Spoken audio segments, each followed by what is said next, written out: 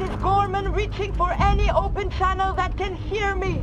If you believe in truth, if you have any faith left in truth, please, please mark this message and pass it forward. This is murder!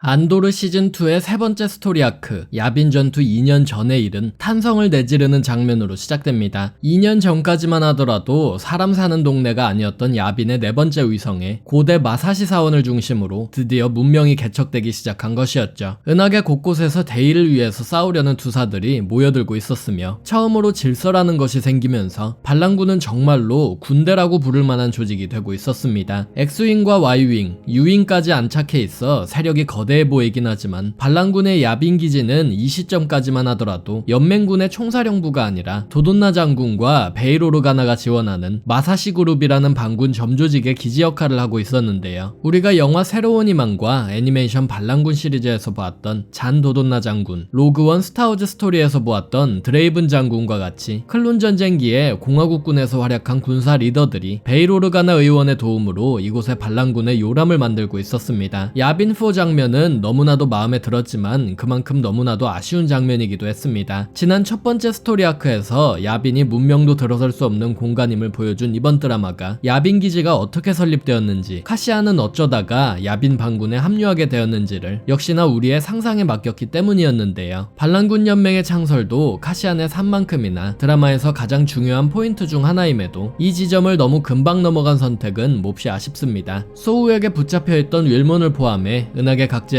매일같이 반란군에 합류하는 신병들이 속속 도착하는 가운데 카시안과 빅스 커플은 마사시 대사원 인근의 정글에 오두막을 짓고 오순도순 살고 있었는데요. 카시안은 임무에 나갔다가 얻은 총상 때문에 몸이 이만저만이 아니었습니다. 이제 안전가옥이 아니라 정말로 행복한 삶의 터전을 얻은 카시안 앞으로 오랜만에 나타난 윌몬이 모습을 보이고, 윌몬은 이내 카시안에게 행복한 삶은 사치임을 알려주기라도 하듯 루선이 그에게 맡길 임무가 있다는 소식을 전달합니다. 여담이지만 윌몬이 타고 온 수송선은 우리가 오비완 케노비 시리즈에서 본 숨겨진 길의 수송선인데 해당 조직도 야빈에 합류했다는 복선일지 궁금하네요. 루선이 카시안에게 맡긴 임무는 제국 보안국 고먼 프로젝트 담당자인 데드라미로의 저격, 페릭스 폭력 진압 사태의 원흉이자 현재 고먼을 전쟁터로 만들고 있는 장본인이었습니다. 그런 데드라가 있는 고먼은 이미 상황이 충분히 안 좋았던 1년 전보다 훨씬 분위기가 격화되어 있었습니다. 사방에서 테러가 발생하고 있고 이를 홀로 낸 뉴스 기자들이 엄청나게 선전하고 있었죠. 지난 스토리 아크에서도 TV와 언론에 대해서 은근히 스포트라이트를 비춘 안도르였지만 이번 에피소드만큼 적나라하게 부패한 권력에 빌붙은 언론을 묘사한 적이 없었던 것 같은데요. 제국 언론은 고먼인들이 얼마나 이기적이고 잔악한 이들인지, 그들 때문에 제국 정부가 얼마나 인내하고 있는지, 그리고 고먼인들 때문에 제국 시민들이 얼마나 죽어나가는지 서로 앞다투며 보도합니다. 나 부끄러운 줄 모르는 제국의 프로파간다는 은하계 전역으로 퍼져나가고 이젠 아예 대놓고 테러를 날조하는 제국은 보란듯이 고먼을 가해자로 만들고 있었습니다. 이런 상황에 데드라에게는 크레닉 국장, 그리고 더 나아가 펠퍼틴 황제 본인이 직접 내린 지령이 떨어집니다. 제국 에너지 프로젝트의 필수적인 원자재인 켈카이트는 고먼에만 뭉쳐있기에 고먼이 붕괴되더라도 채굴은 꼭 진행되어야 한다는 것이었죠. 과연 제국군이 말한 이 정보, 그러니까 켈카이트가 고먼에만 묻혀있는지에 대한 진위 여부는 이제 와서는 상관이 없어졌습니다. 파타가즈 소령말처럼 고먼에 운이 없었을 뿐이죠. 물론 크레닉 국장이 갤러노소가 있는 반가운 이두 행성을 언급하며 연구실을 1년 동안 굴린 결과라곤 하지만 제국이 고먼을 잠재울 이유는 켈카이트 말고도 무궁무진합니다. 그 결과 행성 고먼에는 시한부 선언이 떨어졌고 행성 전역에 연구할 영향을 끼칠 그 기한은 연 단위도 아닌 단 48시간이었습니다. 사안이 위중한 만큼 현장 책임자인 데드라에게는 검은 장교복을 입은 제국 육군 소속 경비부대 대위인 카이도 대위가 붙게 됩니다. 카이도 대위는 그 캐릭터 자체만으로도 흥미로운 인물이지만 그가 막 등장한 현 상황에서는 이런 움직임을 보인 제국의 결정에 더 포커스를 맞추고 싶습니다. 제국 보안국이 조명되는 시퀀스들에서도 항상 느꼈던 것이지만 은하제국이 일부러 중대 프로젝트에 비슷한 계급의 장교들을 투입하는 모습은 정말 흥미롭습니다. 은하제국은 항상 같은 일을 수행하는 집단을 하나만 두지 않았습니다. 제국 육군에는 경비부대와 스톰트루퍼 부대가, 정보국으로는 해군 정보국과 제국 정보국, 제국 보안국 등이 있어 항상 서로 더 좋은 좋은 성과를 내기 위해서 발버둥 쳤죠. 하물며 제국 내에서도 최고의 인사들인 크레닉 국장과 스론 대제독 등도 데스스타 프로젝트와 타이 디펜더 프로젝트를 진행시키기 위해서 끝없는 경쟁을 해야만 했습니다. 데드라가 말했듯 명확한 지휘 체계가 필요한 상황에 비슷한 계급에 전혀 다른 명령 체계를 지닌 다른 조직의 지휘관을 투입한 이유를 파타가즈 소령은 설명해주지 않습니다. 더 좋은 성과를 내기 위해서 비슷한 위치의 장교들을 배치해서 서로 경쟁시키는 모습은 경쟁과 싸움에 눈이 가려져 한치 앞의 진실을 보지 못하게 만드는 은하제국의 일상입니다. 행성의 흉흉한 분위기가 드리워지자 자신을 찾아온 시릴에게 데드라는 자신이 파타가즈에게 들은 것과 똑 닮은 말을 반복합니다. 혼란스럽겠지만 일단은 지금 당장은 상황을 모르는 채로 있고 나중에 코러산트로 돌아가서 행복하게 살 일만 생각하자며 말이죠. 이번 스토리 아크를 통틀어서 시릴 칸이라는 굉장히 흥미로운 캐릭터의 행보는 다소 해설이 필요한 지점입니다. 한글 자막이 조금 뭉뚱그려서 번역되어서 맥락을 바로 알아듣기가 조금 어렵지만 지난 5화에서 시릴이 파타가즈에게 보고하는 장면에서 그는 자신이 행성 고먼의 마술을 뻗친 외부 세력을 낚으려는 ISB의 천병이라고 생각하고 있었습니다. 자막은 반란군이라고 쓰여 있어서 고먼 반군과 헷갈리지만 시릴은 명확하게 자신의 목적이 고먼 전선에 잠입해 행성에 개입 중인 외부 세력을 밝혀내는 것이라고 알고 있었죠. 하지만 시릴을 이용하고 있는 보안국의 진짜 목표는 고먼의 총체적인 파괴였고 이 사실을 시릴에게 알려주지 않은 데드라에게 파타가즈는 조심하라고 경고했었습니다. 1시즌에서부터 시릴은 혈기왕성하고 자신이 뭐라도 되는 것처럼 구는 어떻게 보면 이상주의자였고 어떻게 보면 순진한 머저리였습니다. 그가 집행하는 제국의 법은 제국이 자신의 입맛대로 재단한 것이었고 그가 속한 기업보안국은 은하제국에게 무엇도 아니었지만 그는 자신이 제국의 자랑스러운 일원인 양 자범 카시안 안도르를 잡으려고 일장연설을 하며 페릭스 행성을 들쑤셨죠. 그의 캐릭터성은 시즌2에서도 그대로 유지됩니다. 흉흉한 고먼의 분위기에 시릴이 걱정하는 것처럼 보이는 까닭은 그가 고먼인들과 접촉해오며 그들에게 애착이 생겼다기보다는 자신이 모르는 무언가가 자신에게 들려온 정보와 다른 무언가가 진행되고 있기 때문입니다. 쉽게 말해서 데드라와 이 모든 프로젝트에서 자신이 소외되는 느낌을 받아서죠. 시릴은 이후에 대놓고 외부 세력이 고먼에 손을 쓴 게 아니냐고 되지도 않는 수작을 부렸다가 고먼 전선의 일원에게 뺨을 맞습니다. 이런 시릴이 진짜로 고먼에 애정 비슷한 감정을 갖게 된 것인지 아니면 정의의 사도인 자신의 행보에 더욱 확신을 느끼고 잠입 임무에 더욱 몰입을 한 것인지 시간을 더 들여서 비춰주었으면 더 좋았을 텐데 참 아쉽습니다. 코러산트와 고먼에서는 골든타임을 놓친 고먼의 다시 오란 의원 그리고 고먼 전선의 카롤 아일란츠가 한탄을 합니다. 특히 1년 전까지만 하더라도 자신을 돕겠다 말한 모스마를 내쳤던 오란 의원은 시간을 되돌릴 수 있으면 좋겠다며 그동안 고마웠다고 모스마에게 작별 인사를 합니다. 제국이 자신들의 병기창을 대놓고 터뜨리고는 모든 걸 고먼 행성에 뒤집어 씌워도 의회에 그 누구도 고먼의 손을 들어주지 않습니다. 진실은 가려지고 정의는 숨어버린 지 오래죠. 고먼 전선도 비슷한 이야기랍니다. 자신들이 너무 아둔했고 어리석었다며 말이죠. 하지만 고먼인들은 끝까지 투지를 잃지 않습니다. 자신들이 사는 행성에 자신들이라도 나서지 않으면 결국 누가 남느냐며 말이죠. 제국과 고먼 모두 자신들의 최후의 수를 결정 내린 순간이었습니다. 야빈으로 돌아옵니다. 어깨를 다친 카시안과 빅스는 밤에 기지 근처를 배회하다가 뜻밖의 인물을 만납니다. 바로 포스 치유사였죠. 포스 치유사가 등장한 이 장면은 제가 이번 스토리 아크에서 가장 마음에 들어했던 장면 중 하나였습니다. 등장 자체는 뜬금없었지만 이 캐릭터를 활용한 시퀀스가 작품과 너무 잘 어울렸거든요. 카시안은 포스 치유는 고사하고 포스가 뭔지도 모릅니다. 아마 은하계 사람들의 9할 이상은 카시안과 마찬가지겠죠. 포스 치유사는 카시안의 상처를 치유해주기 위해서 그의 어깨에 손을 가져대대고 되려 그 순간 카시안의 영혼에 감격해 눈물을 흘립니다. 그가 전령이며 더 큰 무언가에 자리가 마련되어 있는 사람이라고 말하면서 말이죠. 포스 치유사의 이 한마디는 로그원 스타워즈 스토리 속 치루 딘무의 캐릭터가 카시안에게 주는 영향을 미리 빌드업하는 장치일 뿐 아니라 그 수많은 세월이 흘렀음에도 카시안의 강렬한 생명력이 여전히 그의 내면에 고스란히 간직되어 있음을 확인해주는 장면이기도 했습니다. 전령 카시안이 후일 레아나 루크와 같이 많은 새로운 영웅들에게 희망을 전달한다는 운명 또한 참 기구하고 말이죠. 이와 비슷한 말은 이후 루선 레일의 입에서 다시 한번 반복됩니다. 이 포스 치유사가 제다이 생존자인지 아니면 제다이 치고는 포스 능력이 약하고 일반인 치고는 포스 능력이 강한 회색지대의 포스 감흥자인지는 알지 못합니다만 항상 이벤트성으로 보아왔던 오더 66의 생존자들이 어떻게 일반인들 사이에서 녹아들어 살아가고 있는지 제다이의 빛이 사그라진 시대에도 얼마나 묵묵하게 희망을 잃지 않고 살아가고 있었는지 확인할 수 있어서 너무나도 좋았습니다. 너무 강력한 힘을 지닌 인물이 아니라 톤이 희석 희석되어서 영화 로그원에 등장했던 치료 뒷뇌 그리고 로그원 팀 주위를 맴돈 형체 없는 포스의 도움이 스타워즈에서 단순히 유치한 데우스 엑스 마키나적인 장치가 아니란 사실도 확실히 해주어서 좋았고 말이죠. 스타워즈를 구성하는 가장 중요한 요소인 포스를 흔적도 찾아볼 수 없었던 안도르에서 아주 짤막하게나마 언급을 해줌으로써 프랜차이즈의 전반적인 분위기를 유지했던 점에서도 좋았습니다. 예지인지 아닌지 모를 포스 치유사의 진단을 들은 다음날 카시안은 윌몬과 함께 루선이 내린 데드라미로 암살 작전을 위해서 유잉을 타고 야빈을 떠납니다. 영화 로그원 스타워즈 스토리에서 썼던 것과 비슷한 규모의 거대한 야빈 세트장은 대체 이번 드라마에 돈을 얼마나 들인 것인지 궁금할 정도로 디테일한데요. 보금자리는 야빈에 틀고 있긴 하지만 아직 루선의 그림자 작전을 수행하는 카시안은 야빈의 사령관 중 하나인 드레이븐 장군 몰래 작전에 나섭니다. 그의 이런 매버릭적인 면모, 즉 비협조적인 면모는 카시안이 훌륭한 군인이지만 아직 훌륭한 리더감은 아님을 보여주고 있습니다. 다른 레거시 캐릭터들이 스케줄 이슈로 많이 참여하지 못한 시즌이라 그런지 배우 알리스테어 패트리의 드레이븐 장군이 간만에 모습을 보여주어서 참 좋았습니다. 여기에 재미있게도 아직 반란군이 체계가 잡히지 않아서인지 돈이 없어서인지 아니면 둘 다여서인지 그가 외투에 철제 계급장이 아니라 무슨 그림 같은 초기 형태의 반란군 계급장을 달고 나온 디테일도 웃겼습니다. 카시안이 떠난 날 밤 오랜만에 벨이 나타나 드레이븐이 했던 말과 비슷한 말을 전해줍니다. 벨은 신타가 사망한 이후 1년간 밀수꾼 생활을 전전하다가 야빈의 신병훈련 교관으로 자리를 잡았는데요. 그런 벨은 알다니에서 뭣도 모르고 설치던 시절은 끝났고 진짜 군대를 만들고 있는 지금 현 상황에 카시안은 꼭 필요한 리더감이라고 말합니다. 제대로 된 반란 활동을 한 경험은 물론이거니와 총도 제대로 쓰지 못하는 사람들에게는 카시안 같은 지휘관들이 절실하죠. 클론 전쟁 극장판에서 렉스 데이가 말했던 것처럼 이런 상황에서는 경험이 모든 계급을 상회합니다. 빅스는 포스 치유사의 예언과 벨의 이야기를 귀담아 듣습니다. 한편 윌몬과 카시안이 도착한 고먼에는 통행 금지령이 떨어지고 우주 군장을 맨 제국 육군 신병들이 속속 펠모 광장에 도착하고 있는 상황이었습니다. 호텔의 프론트에도 제국의 끈앞풀들이 도처에 깔려있죠. 카시안은 이번엔 중부은하 뉴스 기자로 위장해 펠모 호텔에 자리를 잡는데 지난번에 디자이너로 위장했을 때 카시안과 담소를 나눴던 직원이 그를 적극적으로 도와주는 모습이 정말 짠했습니다. 이후에도 계속 언급하겠지만 힘든 상황에 위험을 무릅쓰고 용기 있게 행하는 작은 행동 하나하나가 이제는 죽고 없는 내미기 말했듯 반란의 전선을 하나둘 늘리게 되죠. 실화는 이젠 스톰트루퍼들이 진을 치고 있기까지 한 고먼 행성의 펠모 호텔에서 데드라가 있는 건물을 노리는 카시안의 초조한 표정으로 말 그대로 폭풍 전야를 담으며 끝이 납니다. 8화 리뷰로 넘어오면서 짧게 내용에 대한 경고를 해야 할 것 같습니다. 이번 리뷰에서는 대량 학살이나 인종 청소 등의 내용이 언급되며 작중 제국이 행하는 잔혹한 행동들에 대한 묘사가 있을 수 있으니 시청 시에 주의해 주시면 감사하겠습니다. 저도 고먼에서 끔찍한 일이 일어날 것이란 사실을 알고 봤음에도 너무나도 힘들어서 여러 번 멈췄다 재생했다 하면서 시청했던 것 같습니다. 이번 에피소드만큼은 더더욱 머나먼 은하계의 이야기가 아니라 이미 있었던 일이고 일어나고 있는 일이었기 때문이었습니다. 펠모에는 아주 높은 제국 건물이 들어서 있습니다. 이 흉물스러운 건물은 펠모의 그 어떤 건물보다 높게 솟아 모든 걸 내려다보는데 병기구보다도 총독부 느낌이 날 정도입니다. 간밤에 펠모에 도착해 영화 로그원 스타워즈 스토리 때처럼 저격 모드로 자신의 권총을 조립하기 시작하는 카시안. 그런데 분위기가 빠르게 험악해집니다. 사방에 바리케이트가 쳐지고 제국군 경비부대와 스톰트루퍼 부대가 펠모 광장을 단단히 봉쇄하기 시작한 것이었죠. 어제 있었던 제국군의 고의적인 아군기지 테러와 이로 인한 거짓 프로파간다로 분노한 고먼인들은 집단 파업을 하고 펠모 광장에 모일 예정이었는데요. 제국군은 이날만을 노리고 펠모 광장을 거대한 함정으로 만들어뒀습니다. 데드라는 제국의 이미지를 걱정해 파타가즈에게 더 신중하게 작전을 진행해야 하지 않겠냐 묻지만 파타가즈는 이미 그 단계는 넘어섰고 고먼의 공격성만 화제가 되면 된다고 싸늘하게 답합니다. 고먼의 저항을 은하계의 안 좋은 사례로 만들면 고먼을 잠재우는 건 물론이거니와 비슷한 저항도 잠재울 수 있다고 판단한 것이었죠. 이 결전의 날에 고먼 전선은 그간 리더인 카롤 라일란츠가 주장해온 비무장 평화투쟁을 포기하고 혹시 모를 비상사태를 대비해 화염병과 훔친 제국군 소총으로 무장합니다. 고먼인들이 이런 상황에까지 내몰렸음에도 은하계 저녁에 방송되는 뉴스에서는 간밤에 생긴 제국군 기지 폭파 사고의 피해자 이야기, 고먼인들의 공격성 이야기만 반복될 뿐입니다. 펠모 광장에서 이 모든 상황을 바라보는 라일란츠는 젊은 투사들이 큰 그림을 보지 못하는 상황에 답답해하며 펠모 광장으로 모여드는 시위자들을 멈추려 하지만 이미 때는 너무 늦었습니다. 도시 곳곳에서 모여든 고먼인들은 은하계가 보고 있다며 자신감과 투지를 얻지만 실상은 정반대입니다. 의회에서도 언론에서도 고먼은 외면당합니다. 있습니다. 점점 늘어나는 시민들의 숫자만이 다가올 재앙을 두렵게 만들 뿐입니다. 군중 속에서 시릴을 만난 라일란츠는 분노해서 시릴에게 사람이 어떻게 그렇게 뻔뻔하게 거짓말을 늘어놓냐고 울분을 터뜨립니다. 다시 말하지만 우린 시릴이 어쩌다가 고먼 전선의 신뢰를 잃었는지 알 방법이 없습니다. 시릴에게 조명이 조금만 더 맞춰졌더라면 참 좋았을 텐데 아쉽네요. 아무튼 시릴 앞에선 라일란츠에게선 고먼 전선의 지도자로서 그가 가졌던 당당함은 사라지고 이제 힘없는 늙은 노인의 나약함만 느껴집니다. 배우 리처드 사멜의 연기가 굉장히 돋보인 장면이었는데요. 이 장면에서 시릴은 라일란츠에게 자신은 외부 세력의 개입을 밝혀내려고 한다고 말하지만 라일란츠는 행성 전역에 채굴 장치가 깔린 상황에 거짓말은 이제 그만두라고 답합니다. 하지만 시릴은 거짓말을 하는 게 아닙니다. 그는 진짜로 고먼 행성에 외부 세력이 개입했다고 여기고 있었고 채굴 얘기는 생전 처음 듣는 소리였죠. 지난날 데드라가 얼버무린 말로 피어난 의심의 싹이 시릴 칸의 세계를 점점 더 뒤덮기 시작합니다. 고먼의 공기에 불안감이 켜켜이 쌓이고 저격을 포기한 카시안은 자신을 여러 번 도와준 호텔 안내데스크 직원을 찾아가 그가 무사하길 희망한다고 말합니다. 그리고 안내데스크 직원은 정말 뜻밖에도 반군에게 희망 빼면 남는 게 없다는 로그원 스타워즈 스토리에서 카시안 안도르와 지너소가 읊조린 말을 처음으로 해주죠. 내뱉기는 쉬운 말이지만 단어가 가진 무게는 너무나도 무겁습니다. 이 절망적인 상황에서도 희망은 사람들에게 힘을 줍니다. 그와 카시안은 야빈 반란군의 전우도 수년을 함께한 친구도 아니지만 똑같이 대의를 위해 싸우는 투사로서 희망을 공유합니다. 내가 오늘 행한 작은 선행이 내일을 바꿀 수 있지 않을까? 내가 도와준 사람이 미래를 바꿀 수 있지 않을까? 어쩌면 그가 이 두려운 순간에도 흔들리지 않고 차분하게 대응할 수 있었던 까닭은 그가 말한 대로 반란군은 희망이 만들어낸 것이기 때문일 텐니다. 카시안은 조용히 그 한마디를 들이마시고 호텔 밖으로 나섭니다. 고먼에서 가장 무서운 존재는 총을 든 스톰트루퍼가 아니라 언론인입니다. 이 역겨운 제국의 부역자들은 평화 시위를 하는 시민들이 자리한 펠모의 광장에 현지 폭도들이 밤새 루머를 퍼뜨려 금방이라도 폭발할 것 같은 시위자들이 즐비하다고 뉴스를 내보내는데요. 진정으로 무서운 건 그들이 말하는 자애로운 제국은 무장한 군인들 말고도 사람을 절단낼 수 있는 집행 드로이드들을 뒤에 숨겨두고 있다는 사실이었습니다. 사람처럼 생겨서 의자에 앉아 아무 말 없이 멀뚱멀뚱 주위를 둘러보는 KX 시리즈 집행 드로이드들은 스톰트루퍼 이상의 괴기스러움과 공포감을 느끼게 합니다. 일촉즉발의 상황에 데드라가 지휘 중인 제국군 임시본부로 시릴이 찾아옵니다. 여기서 뭘 하고 있느냐 물으면서 말이죠. 데드라가 계속해서 뜸을 들이자 급기야 시릴은 연인인 데드라의 목까지 조르며 진실을 쥐어짜냅니다. 자기를 그만 무시하라고, 자기를 도구로 쓰지 말라고. 데드라의 얼굴이 파랗게 변할 때까지 목을 조르는데요. 모든 자초지종을 들은 뒤에도 시릴은 인두껍을 쓴 짐승도 아니고 어떻게 그런 계획을 실행할 수 있냐 화를 내는 것이 아니라 언제부터 알고 있었냐, 언제부터 진행하고 있었냐는 질문만 합니다. 제국이 하는 행동에 화가 난 게 아니라 감히 이 시릴 칸이 위장까지 해가며 고먼 전선에 잠입했는데 제국이 자신에게 진실을 숨겼다는 사실에 분노한 겁니다. 시릴에게 상황을 설명하는 데드라도 가관입니다. 어차피 진행될 일이었다. 명령에 따를 뿐이다. 빨리 하고 집에나 가자고 말하는 데드라는 인간보다 기계 같은 존재입니다. 데드라가 실토한 진실을 끝으로 시릴의 세상은 무너져 내렸습니다. 자신이 뭔가 된 것 같았던 그 느낌, 파타가즈 소령이 해준 거짓 칭찬, 그 모든 나날을 연인으로 함께 해오면서 자신을 도구로 본 데드라. 시릴은 아무도 아니며 제국에게는 일회용품 그 이상도 이하도 아닙니다. 광장에 사람이 가득 찾아 제국군은 모든 출구를 봉쇄합니다. 해골처럼 생긴 스톰트루퍼들이 모든 통로를 틀어막고 드디어 제국이 수년간 공들인 자신들의 계획을 개시합니다. 카이도 대위는 자신 휘하의 정예병력이 아니라 갓 들어온 신병들을 군중 속으로 투입하라고 명령합니다. 미숙한 신병들은 극한의 상황에 잘못된 판단을 내리기 더 쉽습니다. 그리고 잘못된 판단을 내리는 것보다 전사한 이후에 영웅으로 칭송받기 더 쉽죠. 카이도 대위는 이 모든 걸 계산하고 오직 신병들만 군중 속에 투입시킵니다. 이어지는 시퀀스는 참담하다는 말로도 수식하기가 힘들 정도로 보기 힘들었습니다. 자랑스럽게 고먼의 국가를 부르고 깃발을 흔드는 고먼인들, 그들 사이로 들어가는 겁먹은 제국 신병들, 고먼의 팔무광장에서 이제 벌어지려는 일은 지난 페릭스 사태 때보다 더더욱 우리에게 익숙한 모습입니다. 한국 시청자로서 고먼 참사와 5.18 광주 민주화 운동의 너무나도 똑 닮은 유사성은 작품에 대한 감상을 논할 때 오히려 언급하지 않으면 안 되는 지점입니다. 혹자는 스타워즈가 정치적인 적이 없으며 그래서도 안 된다고 말합니다. 하지만 안타깝게도 그건 사실이 아니죠. 조지 루카스의 클래식 3부작은 베트남 전쟁에 대한 반전주의, 그리고 닉슨 대통령의 미 정부를 기계화된 은하제국으로 풍자하며 탄생한 영화입니다. 은하제국군에 선명하게 덮어씌워진 나치 독일군의 잔상도 무시할 수 없죠. 아닌 게 아니라 제국의 간판인 무장병사의 이름이 스톰트루퍼인 세계 달간입니다. 5월에 우리가 고먼 행성에서 목격한 이 광경, 평화시위대를 계획적인 무력으로 진압하고 외부 세력이 개입해 일어난 사태로 곳곳에 선전된 이 광경은 과연 은하계 저 멀리의 이야기일까요? 아니면 비단 우리가 과거에 겪었던 일에 국한되는 것일까요? 고먼의 이야기는 이미 일어난 일이고 현재도 일어나고 있는 일입니다. 제국 저격수가 제국 신병을 저격하면서 시작된 15분가량의 고먼 사태는 블라스터를 써서 유혈만 낭자하지 않을 뿐이지 스타워즈에서 보았던 그 어떤 장면보다 잔인했습니다. 드라마 만달로리안 시리즈에서 제국이 행성 만달로어에 핵폭격을 가하고 영화 새로운 희망에서 행성 얼데란에 데스스타 레이저가 꽂혔던 것보다 스케일이 작다고 하지만 수시간에 달하는 빌드업, 15분가량에 달하는 학살 장면은 은하제국이 어떤 정부인지 그 어떤 매체보다 투명하게 보여주었습니다. 은하제국이 말하는 질서와 안전은 모두 허상입니다. 그들의 기준에 맞지 않는 것들, 그들의 심기를 불편하게 만드는 것들은 모두 국가의 적으로 내몰립니다. 스톰트루퍼와 제국 경비군을 상대로 고먼 전선의 일원들과 일부 총을 집어든 시민들이 항전하지만 그마저도 KX 드로이드들이 이른바 청소조로 투입되면서 모두 허사가 됩니다. 인간처럼 생긴 드로이드들이 팔과 다리를 휘두르면 사람들이 꺾이고 뒤틀려서 목숨을 잃습니다. 이런 혼돈 속에서 카시안은 자신의 목표물인 데드라를 발견, 곧장 총구를 겨누지만 어디선가 카시안을 알아보고 달려온 시릴칸이 나타나 그를 패기 시작합니다. 시릴에게 남은 건 이 모든 일들의 원흉, 자신이 겪은 모든 불운의 시작인 카시안 안도르 한 명입니다. 자신의 운명의 숙적, 지난 3년치 정의의 이름으로 처단해야 할 원수 중의 원수. 하지만 카시안이 시릴을 마주하고 내뱉은 한마디는 시릴의 세계를 완전히 무너뜨리다 못해 없애버립니다.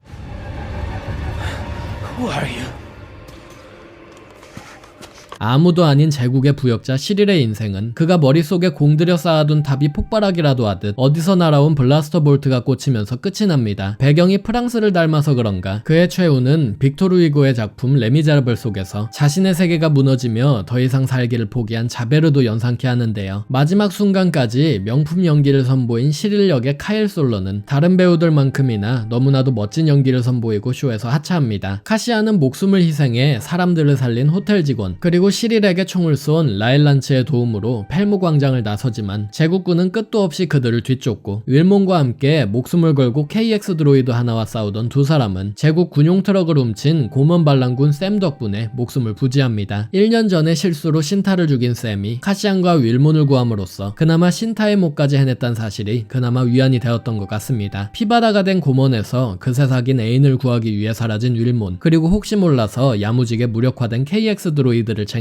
카시안, 고먼 대학살의 혼란에서 레트콘된 카시안과 K2의 첫 만남 이야기를 아주 잠깐 할 수밖에 없습니다. 카시안과 K2가 처음 만나는 이야기는 영화 로그원 스타워즈 스토리 개봉 즈음에 카시안과 K2SO란 이름의 짧은 코믹스에서 처음 다뤄졌습니다. 카시안은 웨카코 임무에서 K2를 처음 만나 그를 재프로그래밍하고 자신의 파트너로 데리고 다닌다는 이야기였죠. 긴 단행본도 아니고 원샷 코믹스인데다가 필연적으로 드라마 안도르에서 K2 이야기가 풀려야 하기 때문에 해당 작품의 레트콘은 사실상 예견된 것이지만 드라마 안도르의 제작진은 이 작품의 레트콘에 대해서도 꽤나 그럴싸한 여지를 남겨줍니다. 마치 카시안의 출신지가 로그원 무렵의 설정집에서 언급되었듯 패스트 출신이 아니라 캐나리 출신으로 바뀐 것이 마바 안도르가 카시안을 지키기 위해 꾸며낸 이야기였다는 재미난 설정처럼 안도르 시즌2의 9화에서 드레이븐 장군은 카시안이 고먼에 다녀왔다는 사실을 극비에 붙이겠다고 말합니다. 그러니 만약 누군가가 저 제국군 KX 드로이드는 어디서 가져온 거냐고 물으면 아마도 드레이븐이나 반군 고위직 인사들은 웨카코 임무 이야기를 하면서 자신들이 모스마 의원을 구해줬다는 이야기나 그들의 일원이 고먼 대학살 현장에 있었다는 사실을 숨길 수 있었겠죠. 하지만 레트콘과는 별개로 전쟁통인 상황에 카시안이 아무 이유 없이 KX 드로이드를 챙겨서 달아나는 건 조금 붕 떴던 감이 없잖아 있습니다. 고먼에 대한 진실을 밝히기 위해서 필요하다는 등의 부연 설명이 조금 있었더라면 좋았을 텐데 현재로서는 로그원의 K2가 필요하니까 드로이드를 챙긴 느낌이 강하게 드네요. 제국이 고먼에서 학살을 벌이고 있고 지금도 수백 수천 명이 죽어나가고 있다는 고먼 전선의 처절한 외침은 놀라울 정도로 조용하게 침묵당합니다. 진실을 믿는다면 이 소식을 전달해달라는 부탁도 은하계 곳곳에 퍼지지 못합니다. 오직 전령 카시안 안도르만이 이 참사의 눈물을 흘리며 야빈으로 복귀할 뿐이죠. 끔찍한 고먼 참사를 다룬 드라마 안도르 시즌2의 8화는 이제는 죽고 사라진 시릴의 소나기에 트라우마가 생긴 데드라, 그리고 가족들과 모여 아들 아들이 파견된 고먼에서 벌어진 참사를 뉴스로 접하는 시릴의 어머니를 조명하며 끝이 납니다. 제국 뉴스는 외부 세력이 개입해 이런 폭동이 일어났으며 이로 인해 수많은 제국의 영웅들이 숨졌다고 발표합니다. 얼마나 많은 참극들이 승자의 손에 재단되고 얼마나 많은 진실들이 승자에 의해서 은폐되었을까요? 진실과 정의에 무관심해진 은하계, 거짓이 장막을 들이운 은하계에 진실을 밝힌 인물은 정녕 없는 것일까요? 우리의 여정은 이번 스토리 아크의 마지막 에피소드 9화로 넘어옵니다. 9화는 또다시